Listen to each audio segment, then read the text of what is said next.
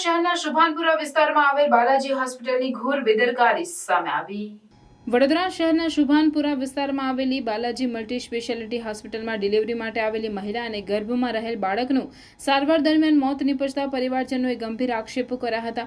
હાલમાં પોલીસે અકસ્માતે મોત અંગેનો ગુનો નોંધી પેનલ પોસ્ટમોર્ટમ અને વિશેરા લેવાની કાર્યવાહી હાથ ધરી છે। હોસ્પિટલની બેદરકારી છે કે કેમ તે અંગે રિપોર્ટ બાદ વધુ કાર્યવાહી કરવામાં આવશે। વડોદરા શહેરના ગૌત્રી વિસ્તારમાં રહેતા 41 વર્ષીય અંકિતાબેન મયુરભાઈ સુભાનપુરા વિસ્તારમાં આવેલી બાલાજી હોસ્પિટલમાં સારવાર લઈ રહ્યા હતા। ડિલિવરીના અંતિમ માસમાં તબિયત ખરાબ થતાં તેમને હોસ્પિટલમાં દાખલ કરવામાં આવ્યા હતા। ત્યારે સારવાર દરમિયાન તેમને મેડિસિન આપવામાં આવી હતી અને બાદમાં તેમની તબિયત વધુ ખરાબ થતાં આખરે મહિલા અને બાળકનું માતાના ગર્ભમાં જ મોત નીપજ્યું હતું। આ બનાવને લઈ પરિવારજનોએ ગંભીર આક્ષેપો કર્યા છે કે મહિલાનું અને બાળકનું ડોક્ટરની નિષ્કાળજીના કારણે મોત નીપજ્યું છે। આ બનાવ અંગે ગોરવા પોલીસે એડી દાખલ કરી મૃતદેહને પોસ્ટમોર્ટમ અર્થે સયાજી હોસ્પિટલમાં ખસેડવામાં આવ્યો છે। પરિવારજનોના આક્ષેપો છે કે મેડિસિન આપ્યા બાદ મહિલાની તબિયત લથડી હતી। પરિવારજનોએ માંગણી કરી છે કે બાલાજી હોસ્પિટલના ડોક્ટર પર કાયદેસરની કાર્યવાહી કરવામાં આવે। હોસ્પિટલ અંકિતાબેનને ડિલિવરી માટે કર્યા છે અને કયા પ્રકારની ફરિયાદ મળી છે અને કયા કારણ મોત થયું છે આપણે ફરિયાદ તો નથી થઈ, અત્યારે હાલ ઈડી દાખલ કરેલી છે। ફેમિલીનું એવું કેવું છે કે ભાઈ કોઈ મેડિસિન આપવામાં કે તકલીફ થઈ છે, પણ અથવા પેનલ ડૉક્ટરથી જ પીએમ કરવામાં આવશે તો જ ખબર પડશે। એટલે હાલ અત્યારે ઈડી દાખલ થયેલી છે ગોરા પોલીસ સ્ટેશન ખાતે। ના કશું નિયમને ખાલી એટલું જ કીધું છે, ભાઈ કોઈ તબિયત તો સારી હતી પણ ખાલી કે મેડિકલમાં કે દવા આપવામાં કીધી એ લોકો એવું કહે છે। પણ હાલ અત્યારે ઈડી દાખલ થઈ છે ગોરા પોલીસ સ્ટેશન અને અત્યારે એસએસજી હોસ્પિટલ જઈએ। હા, તો પેનલ જે રિપોર્ટ આવશે પછી જે હશે આગળની કાર્ય કરવામાં આવશે। હાલ તો ઈડી દાખલ કરેલી છે અહીંયા। તમારી ફ્રેન્ડ છે અને ક્યાં આગળ એડમિટ કરાવવામાં આવ્યો હતો શું હતું?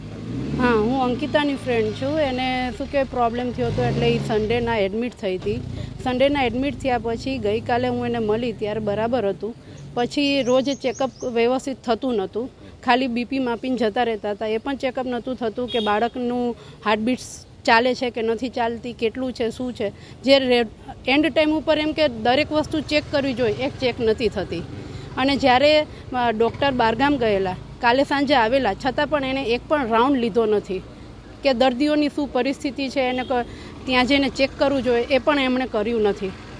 અને જ્યારે રાતના 1:30 વાગે એને અનઇઝી ફીલ થતું હતું ત્યારે પણ ડૉક્ટર આવ્યા નહોતા। નર્સ થ્રુ બધા ઇન્ફોર્મેશન શેર થતી હતી તો એ લોકોએ કીધું કે ના બરાબર છે, બીપીમાં આપ્યું તો કે બરાબર છે, પણ પેલીનું શરીર એકદમ જ ઠંડુ પડતું હતું, છતાં પણ કોઈ પણ જાતની એ લોકોએ કાળજી ન લીધી। એમ જ કહી દીધું કે ના બધું ઓકે છે।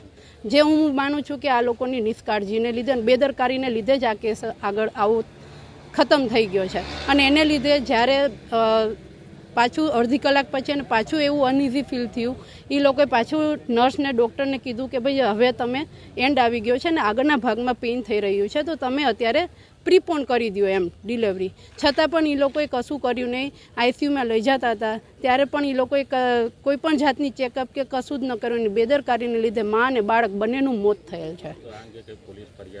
હા, હું તો કહું છું કરવી જ જોઈએ। અને એમાં તમે પોલીસને પણ ખાસ કે આમાં શું કહેવાય કોઈ પણ તરફેણમાં ના રહીને તમે છે ને કેસને સોલ્વ કરજો।